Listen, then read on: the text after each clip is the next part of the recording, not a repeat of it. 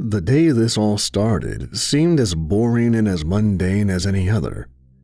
My wife, Sarah, and I were going to the movie to see a comedy that she was interested in. We had driven across the city and parked in an overpriced parking lot, stepping over the sleeping forms of filthy homeless people and the used needles and cigarette butts that litter the sidewalks here. I was listening to Sarah talk about the recent rise of gutter oil and spit oil in China, both horrifying topics in their own right. As Sarah went on to explain to me, gutter oil was when restaurants in China scooped up the vegetable oil from the trash cans out back of the restaurant. They would use the filthy, carcinogen-ridden oil to cook food for new customers. Spit oil was when Chinese restaurants would just take the broth from bowls where customers had finished eating and reheat it. They would then pour the reused spit oil broth into new bowls with fresh pieces of meat and vegetables added and serve it to the next customer. This was broth that someone else, a total stranger, was just drooling into. "It's so disgusting," Sarah said over the din of constant traffic. The crosswalk turned green and we started ahead with Sarah in the lead. "It shows that China really just is a paper tiger, at least in terms of its economy. The people are so desperate there." I saw a blur of something pale behind us, something tall and spidery that slunk through the crowd. I quickly spun my head, but I only saw groups of people milling around. I wondered if I was hallucinating for a moment. "Are you listening to me?" Sarah said, and I saw she was looking at me with now a queer expression on her face. Her eyes reminded me of emeralds, the way the green irises sparkled. I shook my head. "I thought I saw something," I murmured, as we pushed our way through the crowd and into the movie theater. We waited in line and bought our tickets. Everything seemed normal enough. I kept thinking back to that glimpse I had of the pale creature skittering through the city with its thin, jointed legs. I had never seen anything like that before, not even in my nightmares. I shuddered. "This is our theater," Sarah said. I followed her, silent. I felt off balance, though little did I know that things were about to get much worse. I looked down at my arms, seeing goosebumps rise all over my skin. Everything felt freezing cold as we walked through the door into the black hall parallel to the stairs in the theater. The door closed behind me, but everything seemed wrong. There was no light coming from the front of the movie theater. No film was playing on the screen, if indeed there was a screen at all, because all I could see here was total blackness, as if we had walked into an abyss. I didn't hear the chattering of the crowd in the streets either. In that endless void, only the breathing of myself and Sarah rang out along with my thudding heartbeat. "What's going on?" I asked, my voice shattering the silence. I took out my cell phone and turned it on, shining it around. Sarah stood in front of me, but we weren't in the movie theater anymore. It looked like we were standing in some sort of empty warehouse with concrete floors disappearing into the distance all around us. Deep cracks spider-webbed their way through the floor. The walls, too, were the same bare, gray concrete. They rose high into the air, and my phone's dim light couldn't penetrate deep enough to find any ceiling. The air here felt cold, and the wind constantly whipped through, as if we were standing on top of a mountain. Sarah took out her phone. Her eyes gleamed with panic. I turned, looking for the door we had just come through. It was there, and relief filled my heart. It looked different, though. Cracked and ancient, the wood splintering down the middle in a jagged, lightning bolt pattern. But it was there. "Did we go through the wrong door or something?" Sarah whispered in a small, frightened voice. "I'm so confused right now. That was our theater, wasn't it?" I ignored her and ran forwards, flinging the ancient door open. On the other side, though, I didn't see the red-carpeted hall for the movie theater or the cheesy posters lining its walls. "No, it wasn't the wrong door," I whispered, horrified. Something's happened. Something bad. I don't know what it is, but... My voice trailed off, as side by side, we stared out into the strange world waiting before us. We each took a step outside onto the surface of the alien planet. The nighttime sky swirled above us, blood red and bursting with lightning that sizzled through the clouds. It whirled like a hurricane, meeting in a black eye that bubbled over thick clouds of fiery smoke that blew across the landscape in suffocating torrents. The ground was covered in layers of fine, glossy sand that looked obsidian. The building we stood in stretched far above our heads, appearing hundreds of stories tall. It was of a sheer, brutalist architecture composed of thick walls of cement with no windows. The top of it disappeared in the impenetrable mist of the bloody clouds. It had only one single door on this wall as far as I could see, a wall which stretched out for what looked like thousands of feet in each direction. It almost appeared like an optical illusion with the smooth, gray concrete disappearing off in the distance. It looked like a windowless gray warehouse in my mind, though perhaps in hindsight, it was really more of a prison. Throughout the massive chamber of the warehouse, there was a white glare that continuously cut out and turned back on every few seconds. Hanging down on cables hundreds of feet long stood thousands of flickering fluorescent lights. They strobed on and off with an incessant tinking, pinging sound. "So much for going back the way we came," I said, shaking my head grimly. "Am I dead right now? Are we in hell or something?" Sarah gave a short bark of sarcastic laughter that sounded far too loud in the eerie setting. It looked like some endless, empty warehouse built on an alien planet. "I've heard of stories like this," she whispered, her face pale and covered in sweat, her eyes wide and dilated. "Some people call it no-clipping. I thought it was a bunch of bullshit, but how else could you explain this? It's like we accidentally went through the wrong door into another world." "No-clipping?" I asked. I would have laughed if I weren't petrified with terror. "That's from some 90s video game. I think Doom or Duke Nukem.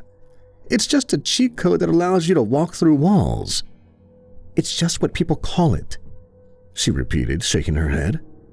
I didn't make it up." "I think it's more likely someone drugged us or something. Or probably just me. I bet you're not even real. Maybe I'm just talking to myself, drooling on the floor somewhere with a dart of bromo dragonfly sticking out of my back." Sarah looked out onto the alien landscape in the black volcanic sands that stretched off as far as the eye could see. The swirling of the clouds in the sky seemed to grow faster. They threw off rusty streaks of bloody light that flashed in regular intervals and lit up the world with a blinding crimson radiance. At first, I thought it had started to rain outside. I saw drops of what looked like luminescent, orange-red hail falling from the sky and raining down in the black sands below. But as it rapidly grew closer with a roaring like a tornado, I realized the sky was raining drops of liquid magma. They sizzled and popped as they fell through the air in a fiery blur. The earth greedily sucked the molten lava into its dark skin. A smell like matches and campfire smoke filled the area as clouds of choking black smoke rose high into the air. "No, it's real," Sarah exclaimed in a horrified voice as she quickly backpedaled away from the door in the approaching showers of lava. "It's coming toward us. Close the door. Close it. But my body felt sluggish and far away. Nothing seemed to be reacting like it should. I could only stare at the flames as they filled the world with their sizzling radiance, 50 feet away, then 30, then 10. Sarah grabbed my shoulder, snapping me out of my reverie. I stumbled back inside the warehouse and slammed the ancient-looking door behind me. The roar of the fire continued outside, smashing against the roof high above our heads with a sound like a hurricane. I tried to scream, but I couldn't hear my own voice over the ear-splitting cacophony. The fluorescent lights high above us, with their cords like endless snakes, stopped their flickering at that moment, shutting off abruptly and plunging us into total darkness. The sound of a siren started from all around us, ringing out from the walls and floor of the giant concrete structure itself. It reminded me of a tornado siren rising and falling in an eerie, ghostly moan, as if the spirits of the dead were themselves wailing in agony. We took out our cell phones, shining the lights out in front of us. The bouncing shadows went skittering out across the smooth concrete floor. We stood there, huddled together and terrified. You know what this reminds me of? I whispered. The firestorm had passed overhead, and though the reverberations of the molten drops hitting the roof still echoed across the endless chamber, the sound had grown faded and distant as the storm continued off in the distance. I heard a case in Hungary where a school bus full of kids were traveling in the absolute middle of nowhere.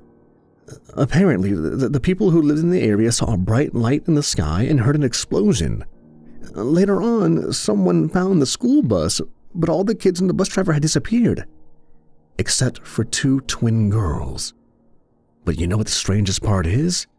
Both of the girls claimed they didn't have any siblings, that they had no twins, and that they had no idea who the other person was. Sarah covered her face with her hands. That doesn't help us at all, she said, shaking her head. What if this kind of stuff happens all the time, though? What if those kids ended up in a place like this?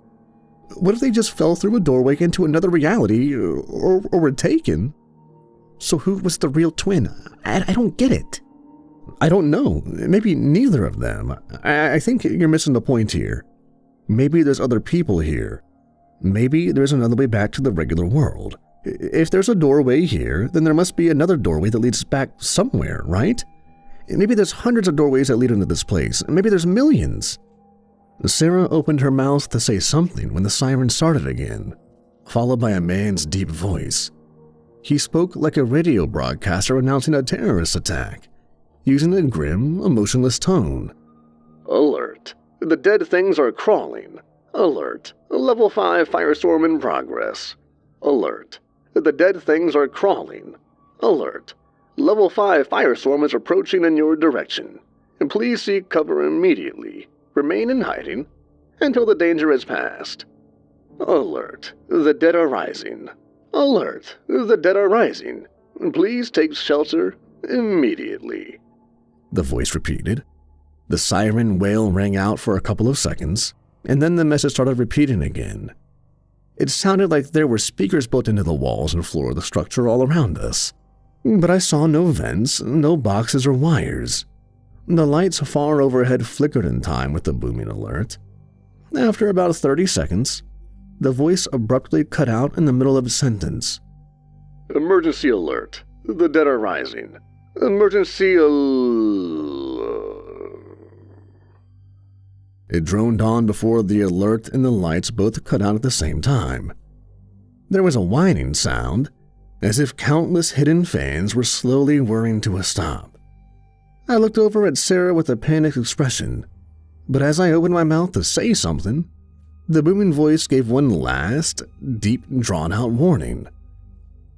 Look behind you, it hissed, as it deepened into something inhuman, something demonic, and brimming with evil.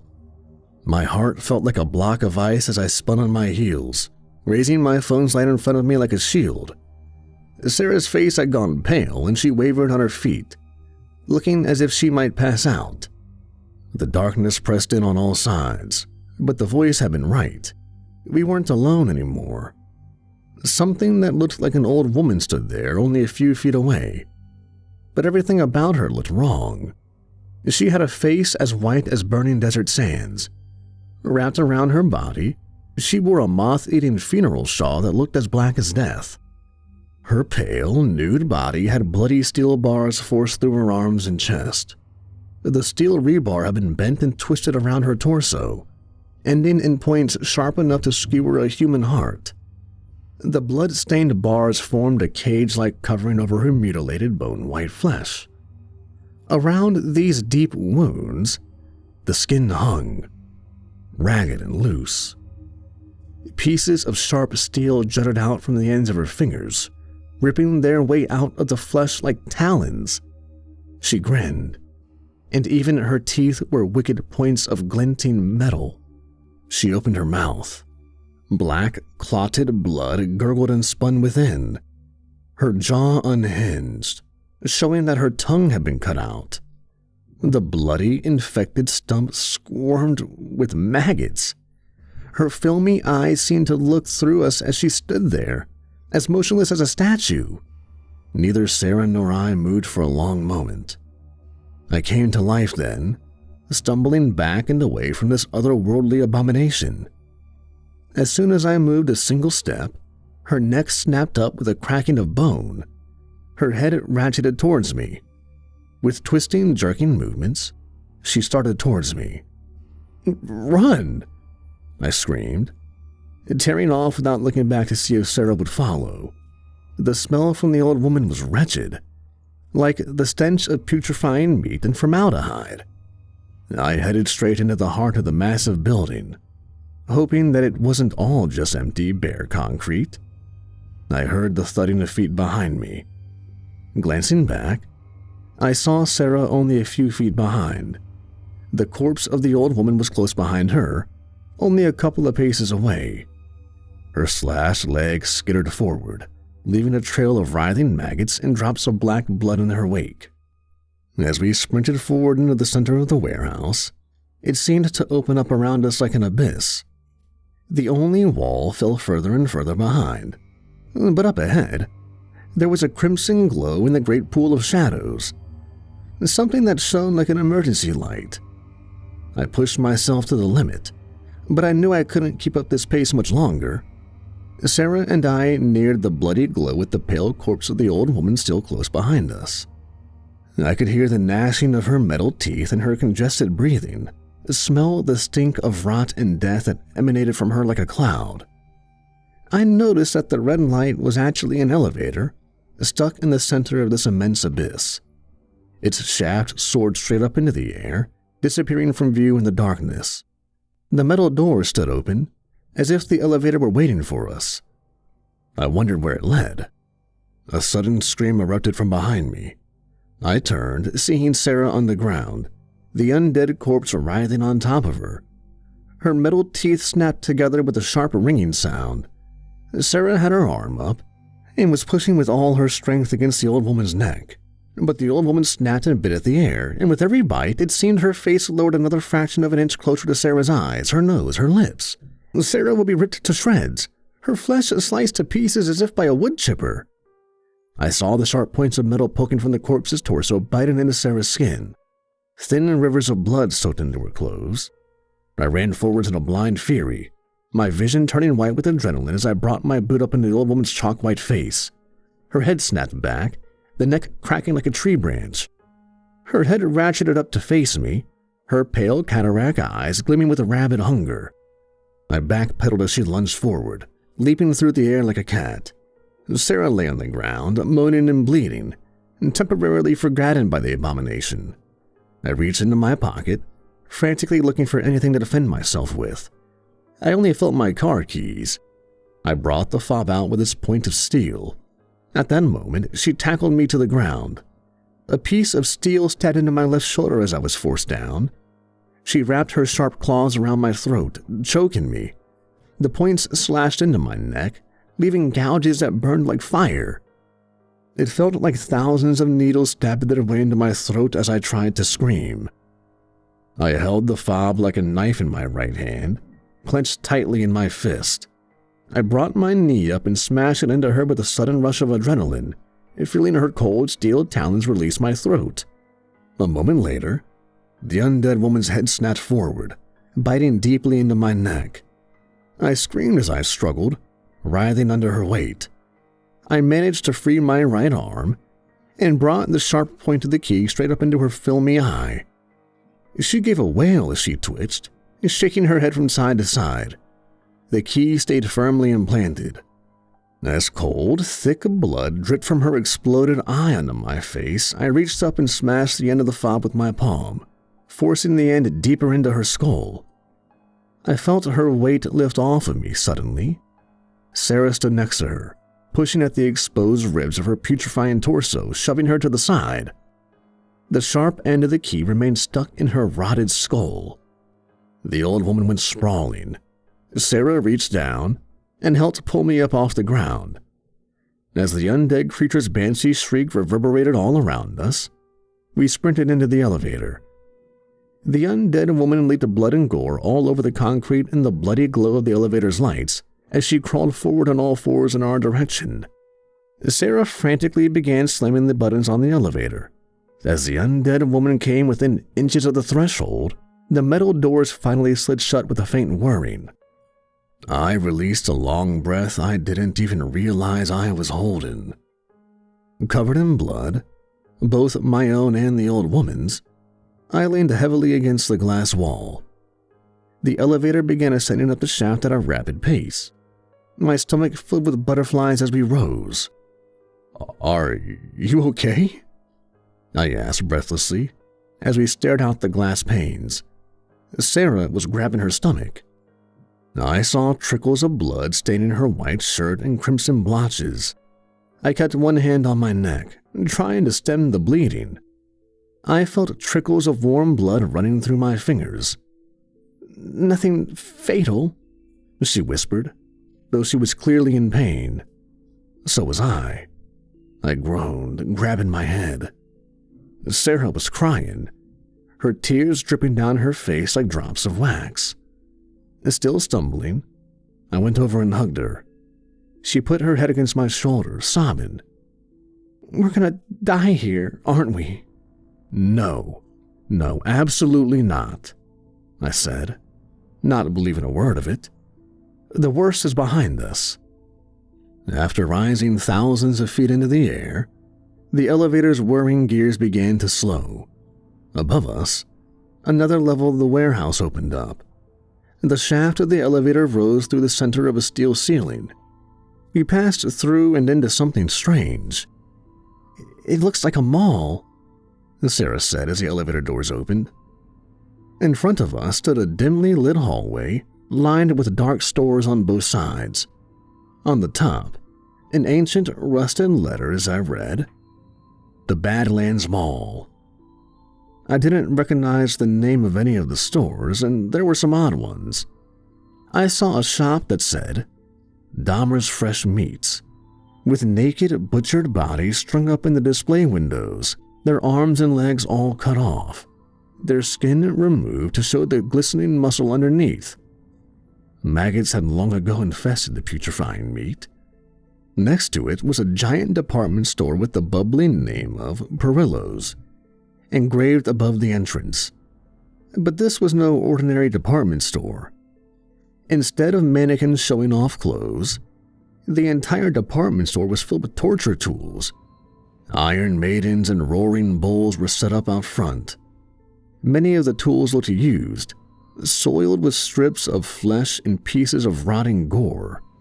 Flies buzzed all around them, and a fetid smell like the bowels of hell wafted out of the department store in our direction.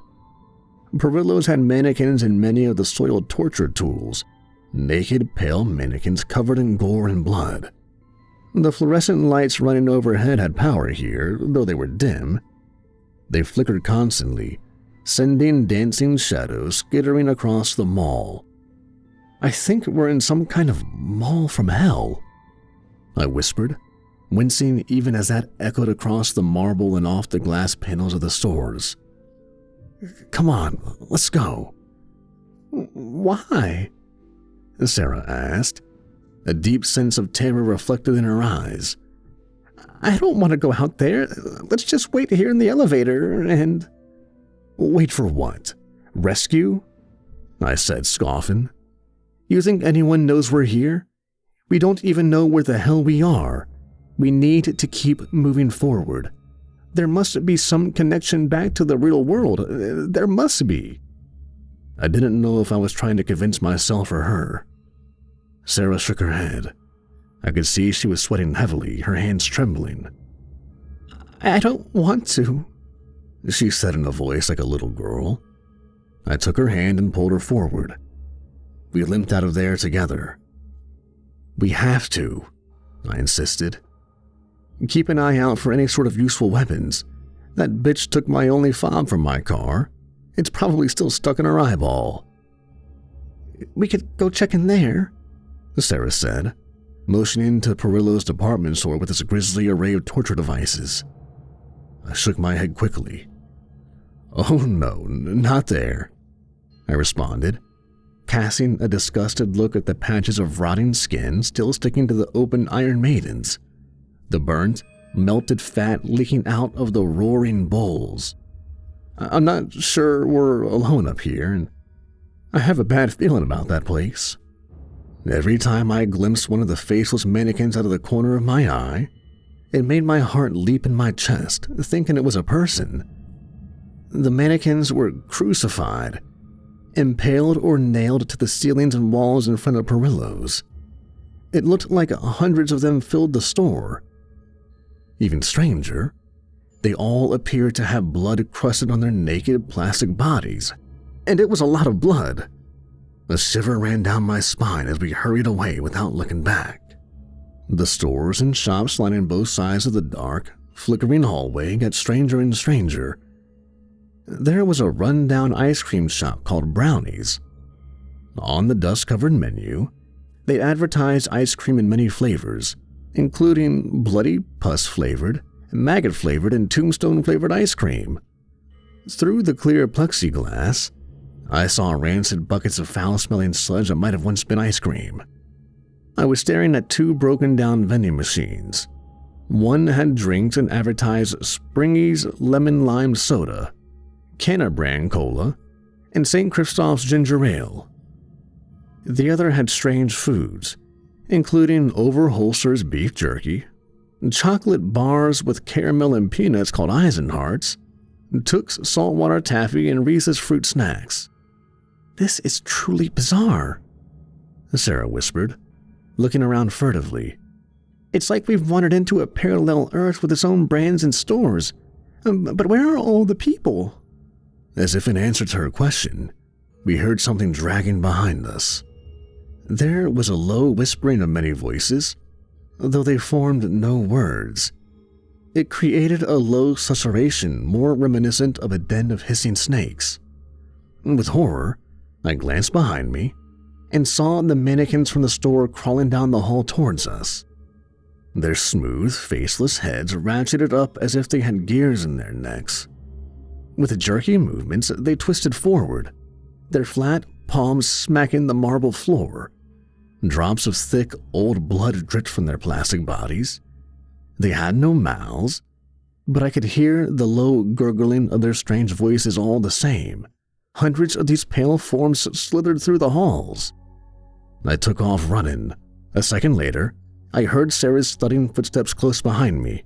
We passed by dozens of eerie dark stores, and the glass displays of many naked mannequins covered in gore came to life as we passed, their heads twisting to follow us, their arms and legs shivering with newfound energy. At the end of the hallway, I saw a familiar sign above a massive department store. It said Sears. The doors opened into a dark, mildewed chamber filled with rusted metal shelving and debris. Without any better ideas, I turned to scream at Sarah, pointing at the store. "It's an odd-damned Sears! We need to get to it!" Her face had turned chalk white, her eyes wide with terror. I realized the skittering mannequins were only a few feet behind her. As a gurgle hissed from its mouthless face, one of the mannequins reached forward and grabbed Sarah's ankle. She fell forward, smashing her head against the marble floor. I heard the bone give a crack as a blossom of blood exploded from her forehead. Moaning, she tried to crawl away as a mannequin swarmed her, ripping her skin off with their sharp plastic fingers. I glimpsed this horror for only a moment. It was the last image I would ever have of my wife, the woman I loved. With the last of my fading strength, I pushed forward. Sarah's dying screams followed me into the Sears. I heard more of the tapping limbs of the mannequins close behind me, but I dared not look back. As I ran through the smashed glass doors leading into the abandoned department store, Sarah's screams abruptly cut off. For a few moments, I thought I still heard the hissing whispers of the mannequins, but then that too went silent. I wandered through the dilapidated Sears, under waterlogged ceilings and over thick layers of dust. Eventually, I found the front of the store and smashed my way out of the door.